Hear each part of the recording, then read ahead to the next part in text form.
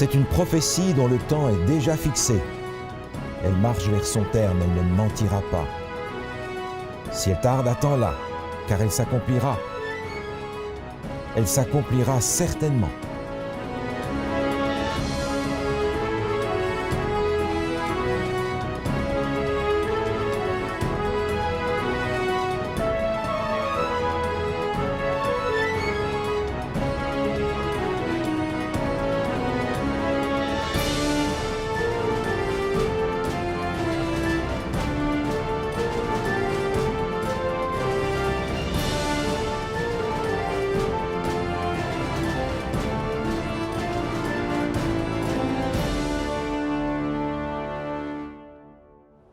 Bonjour à tous et à toutes, chers auditeurs. Aujourd'hui, nous allons couvrir le chapitre 10 du livre du prophète Daniel.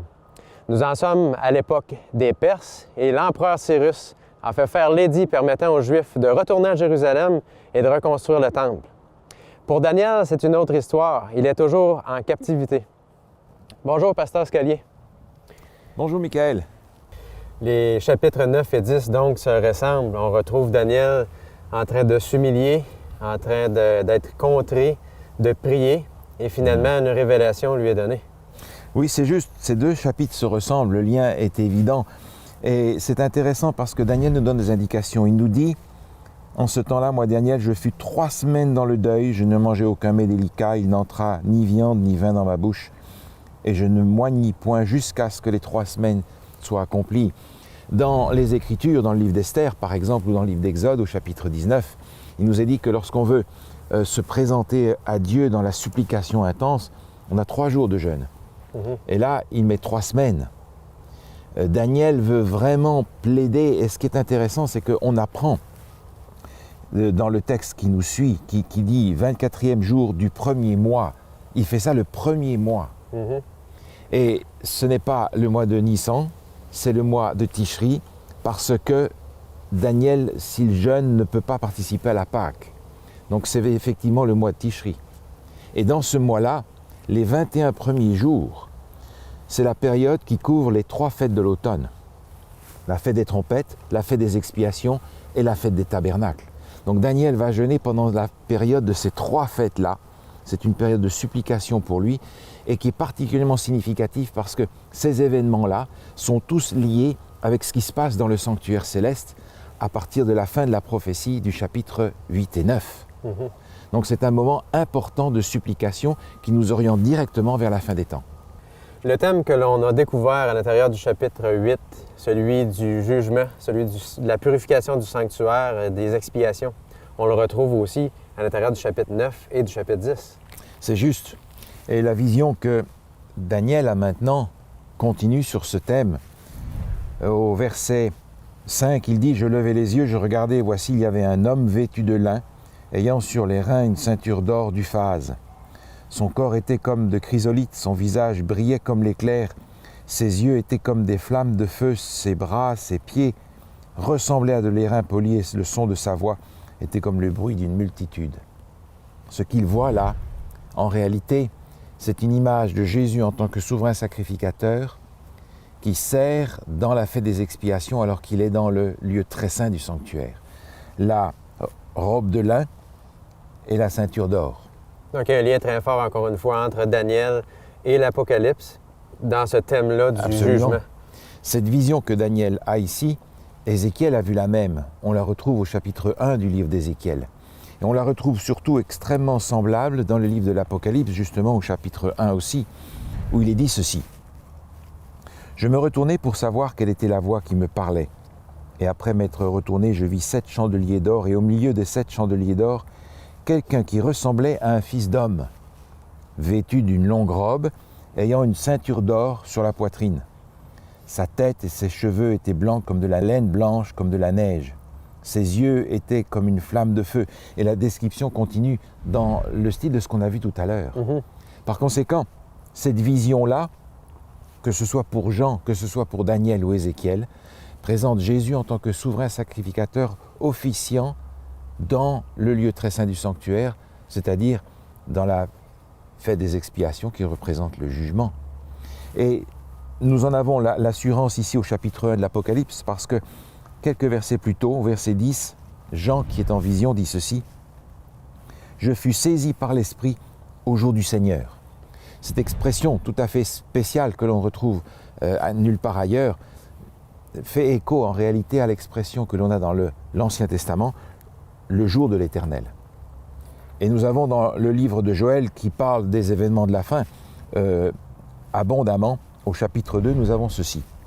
« Sonnez de la trompette en Sion, faites-la retentir sur ma montagne sainte, que tous les habitants du pays tremblent car le jour de l'Éternel vient, car il est proche, jour de ténèbres et d'obscurité, jour de nuée et de brouillard. » Donc le jour de l'Éternel ici est directement lié au jugement et à l'exécution du jugement. D'ailleurs, il commence par le son de la trompette, qui nous rappelle la fête des trompettes dont il est question dans notre livre de Daniel, puisque en réalité, Daniel est ici en train de jeûner au travers de ces 3 fêtes, qui sont toutes en rapport avec ce qui se passe à la fin des temps, précédant le retour de Jésus.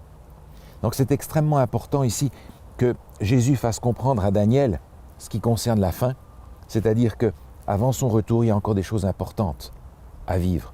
Daniel vient de vivre la fête de Soukhot, qui est la perspective de la nouvelle terre, la sortie de l'Exode. Et c'est dans cette perspective-là que se présente maintenant encore cette scène de Jésus officiant dans le lieu très saint du sanctuaire. On voit un lien très fort entre le chapitre 9 et le chapitre 10. Et quelle est l'importance de ce lien-là? Alors il y a un lien effectivement qui est important. On a l'impression que ce sont 2 sujets tout à fait différents parce qu'au chapitre 9, il est surtout question de Jésus, du ministère de Jésus et finalement de la mort de Jésus. Bien qu'on ait aussi le départ de 2300 soir et matin pour le chapitre 8. Et au chapitre 10, nous retrouvons Jésus dans la scène du jugement, dans son habit de sacrificateur au moment du jour des expiations. Le lien entre les 2 est très important parce que la mort de Jésus et le jugement sont 2 éléments essentiels dans le programme de sauvetage de l'humanité. Jésus à la croix offre son salut à tous ceux qui veulent le recevoir. Et dans le jugement, on a la réhabilitation du monde entier et la validation de la croix dans le jugement. Non seulement pour le salut de tous ceux qui ont accepté Jésus comme leur sauveur, mais aussi pour l'univers entier. L'association des 2 est extrêmement importante. Et l'apôtre Paul fait cette association lorsqu'il parle à Athènes. J'aimerais juste reprendre ce texte dans le livre des Actes au chapitre 17, où il dit ceci. « Dieu, sans tenir compte des temps d'ignorance, annonce maintenant à tous les hommes, en tout lieu, qu'ils ont à se repentir, parce qu'il a fixé un jour où il jugera le monde selon la justice, par l'homme qu'il a désigné et dont il a donné à tous une preuve certaine en le ressuscitant des morts. » Jugement et résurrection valident le ministère de Jésus à la croix. Il n'y aurait pas de résurrection si la croix n'avait pas été une victoire. Donc ces 2 éléments sont extrêmement importants et l'apôtre Paul annonce qu'il y a un jugement à venir qui a une importance capitale pour l'univers entier. Donc lorsque Jésus à la croix s'est écrié « Tout est accompli », il ne mentionnait pas le jugement dans ce qu'il venait de dire, il parlait de son ministère sur la terre. Exactement. Parce que c'était que le début du plan du salut, comme Absolument. vous l'aviez bien expliqué. Et lorsqu'on lit le chapitre 10, on rencontre un personnage, l'ange Gabriel. Oui. Et l'ange Gabriel a une grande compassion envers Daniel. Oui, oui. Oui, ce sont des détails qui sont extrêmement intéressants dans ce texte, où Daniel est par exemple appelé le bien-aimé, homme bien-aimé. Et puis, au verset 12, il lui dit « Ne crains rien ». Et puis il va le lui répéter un petit peu plus loin au verset 18, 19. « Ne crains rien, homme bien-aimé ». On voit que l'ange comprend que Daniel est terrassé par les êtres célestes, par la vision céleste qu'il voit. Il est écrasé par les complications dans les événements autour du retour d'exil. Il est préoccupé par le développement dans l'avenir. Et l'ange Gabriel lui montre beaucoup de compassion. Tu es un bien-aimé, n'aie pas peur. Dieu est en charge de tout ça. C'est une leçon pour nous parce que nous pouvons être préoccupés par les événements de la fin. Préoccupés par la situation du monde, par la situation de l'Église, par notre situation personnelle. Et Dieu nous dit aussi, je crois, à tous ceux qui ont accepté Jésus, tu es un bien-aimé, ne crains rien. C'est dans les mains de Dieu finalement. Daniel a une vision à l'intérieur du chapitre 10 qui, on peut le dire, est plutôt différente des visions qu'il a eues dans les chapitres précédents. C'est vrai. Quelle révélation a été faite à Daniel? Alors la révélation qui est faite à Daniel ici lui donne une perspective sur ce que nous allons voir aussi dans les 2 prochains chapitres. Il est dit par exemple au verset 12, « Daniel, ne crains rien, car dès le premier jour où tu as eu à cœur de comprendre et de t'humilier devant ton Dieu, tes paroles ont été entendues et c'est à cause de tes paroles que je viens. » Donc Daniel, qui s'est humilié devant Dieu, reçoit une réponse à cause de cette humiliation-là.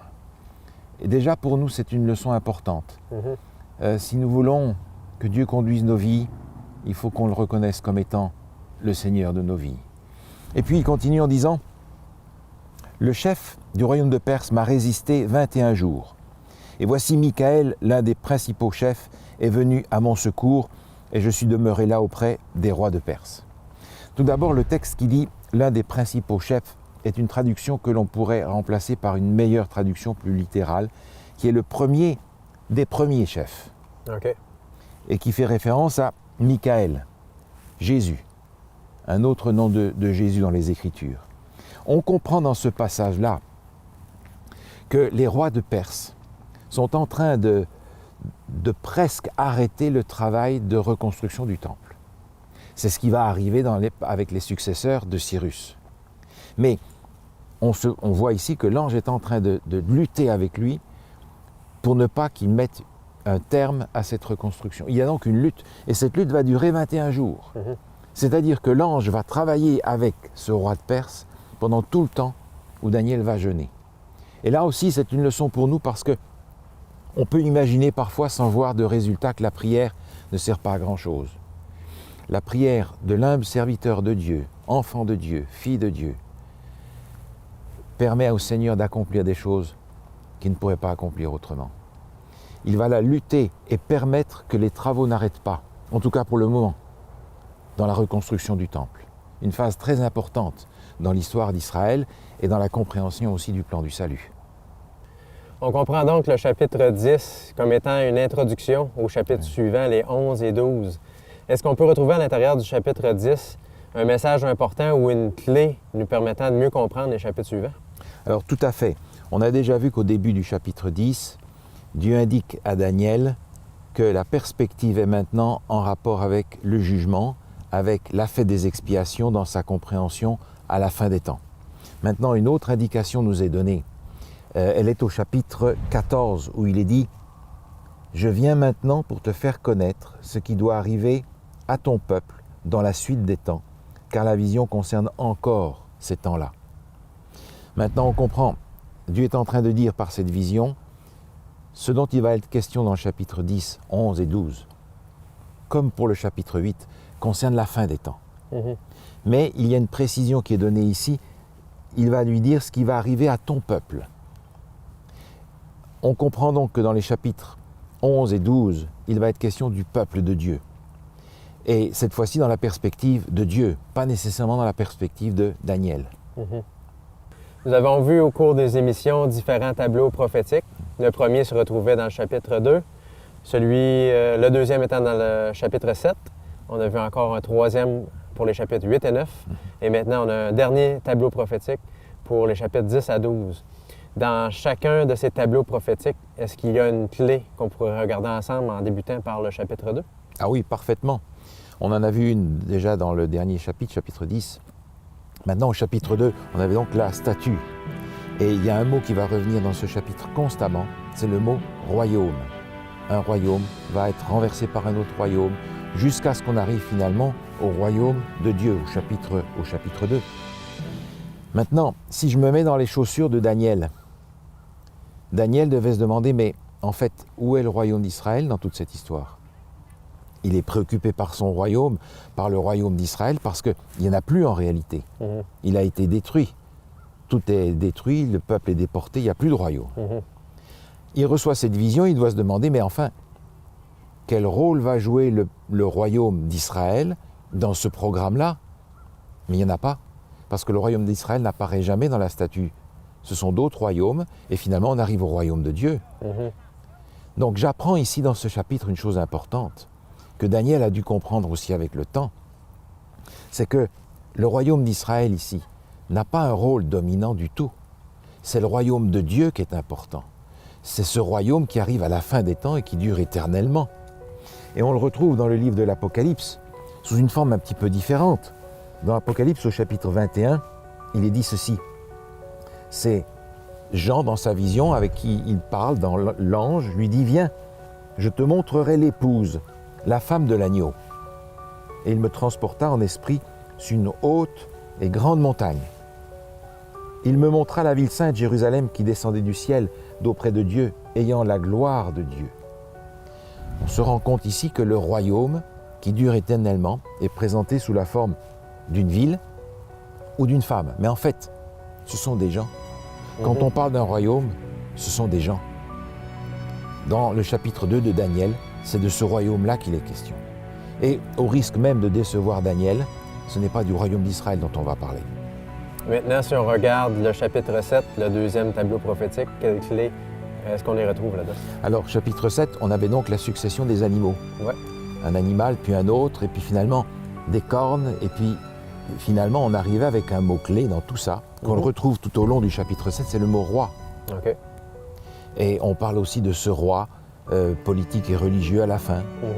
C'est le mot roi qui est le mot-clé dans ce tableau prophétique.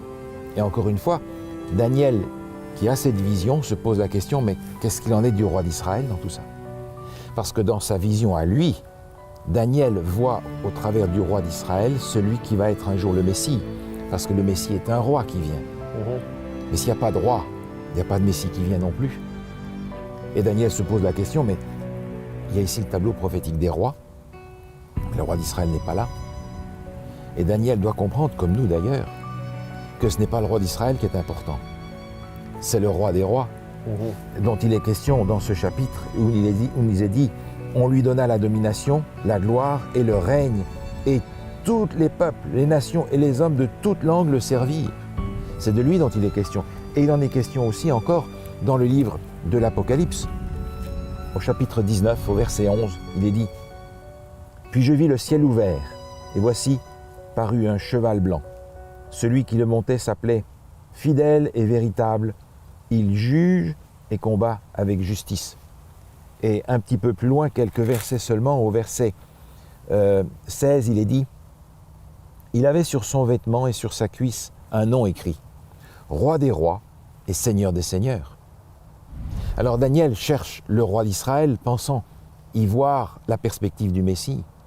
On ne parle pas du roi d'Israël dans le chapitre 7, mais on parle du roi des rois et du Seigneur des seigneurs, parce que c'est lui qui est véritablement le roi de l'univers.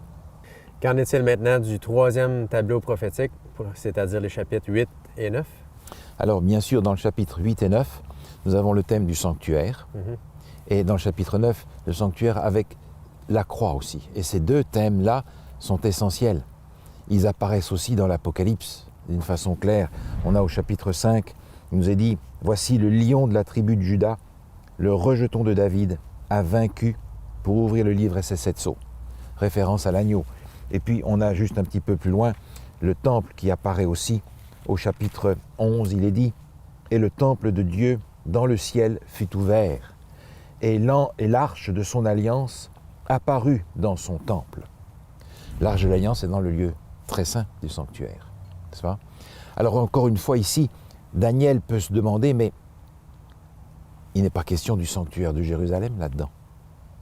Et pourtant, pour ce juif, c'est essentiel, parce qu'il avait compris qu'il n'y a pas de temple, il n'y a pas de pardon, il n'y a pas de sacrifice. Dieu n'est plus là, Dieu n'est plus avec nous. Mais dans ces chapitres-là, il n'est jamais question du temple de Jérusalem, sauf pour lui dire, t'inquiète pas Daniel, il sera reconstruit puis redétruit. Ce qui doit être une grande frustration pour lui, parce que le temple de Jérusalem, c'est énorme, c'est quelque chose d'extrêmement important. C'est vers le temple de Jérusalem, le temple de Dieu, qu'il se tournait pour la prière. Eh bien non, c'est le sanctuaire céleste qui est important, parce que c'est là que se trouve le roi des rois et notre souverain sacrificateur. Maintenant, concernant les 3 derniers chapitres, 10 à 12, le dernier tableau prophétique, le thème, nous l'avons déjà. Oui, Daniel l'a entendu. Au chapitre 10, on lui a dit, c'est le peuple, ton peuple. Maintenant, Daniel se demande qu'est-ce qui va arriver effectivement pour le peuple dans la suite des temps, parce qu'il commence à rentrer à Jérusalem, quel va être l'avenir? L'avenir n'est pas bon, on les empêche de travailler, il se pose la question, et dans le chapitre suivant, nous allons voir le peuple d'Israël avancer dans le temps et finalement se développer dans le peuple de Dieu dans le monde entier, toute nation, toute tribu, toute langue, jusqu'au moment où ce peuple va être reçu par le Seigneur Jésus dans le royaume éternel. Et nous le retrouvons dans l'Apocalypse au chapitre 21, au verset 3, où il est dit « J'entendis du trône une voix forte qui disait « Voici le tabernacle de Dieu avec les hommes. Il habitera avec eux, ils seront son peuple, et Dieu lui-même sera avec eux. » Donc c'est la perspective maintenant qui s'établit et dont nous sommes concernés, parce que nous sommes aussi le peuple de Dieu. Et maintenant, plus nous avançons vers la fin du chapitre 10 et vers la fin des chapitres du livre Daniel, on voit de plus en plus le Seigneur Jésus devant nos yeux. Tout à fait. Jésus apparaît de plus en plus et les références historiques disparaissent aussi. Et c'est une bonne nouvelle parce qu'en réalité, la révélation qui est donnée à Daniel dans ces chapitres ne concerne pas tellement Daniel, mais nous concerne nous qui vivons à la fin des temps. Et dans ce sens-là, nous devons nous réjouir de cette révélation qui a été apportée à Daniel. Et aujourd'hui encore, nous pouvons, comme Daniel, nous inquiéter de l'avenir du peuple de Dieu, nous inquiéter de l'avenir. Mais si nous sommes dans ce peuple de Dieu et si nous avons choisi le Seigneur Jésus comme notre Sauveur, faisant partie de ce peuple, nous pouvons avoir l'assurance qu'il le tiendra dans sa main jusqu'au bout comme il l'a promis. Dans l'Évangile selon Luc au chapitre 21, Jésus donnait déjà cette promesse à ses disciples de son temps. Et cette promesse est aussi pour nous aujourd'hui, où il dit « Quand ces choses commenceront à arriver, redressez-vous et levez vos têtes, parce que votre délivrance approche. »